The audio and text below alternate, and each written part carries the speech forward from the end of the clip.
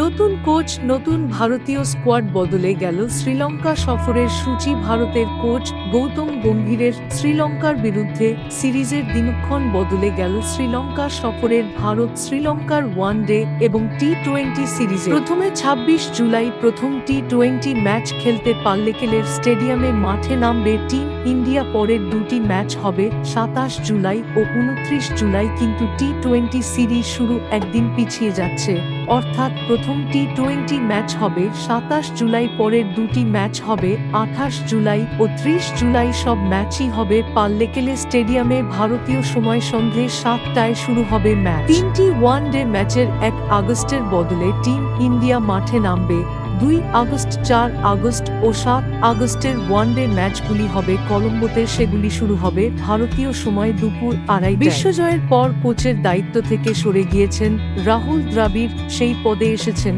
গৌতম গম্ভীর। এই সফরে যদিও যাচ্ছেন না বিরাট কোহলি আর রোহিত শর্মা, বিশ্বকাপের পর তাঁরা দুজনেই অবসর নিয়েছেন আন্তর্জাতিক টি-20 থেকে, কিন্তু শ্রীলঙ্কা অভিযানে একদিনের দলেও থাকছেন না। দুজনে বিশ্রাম দেওয়া হচ্ছে।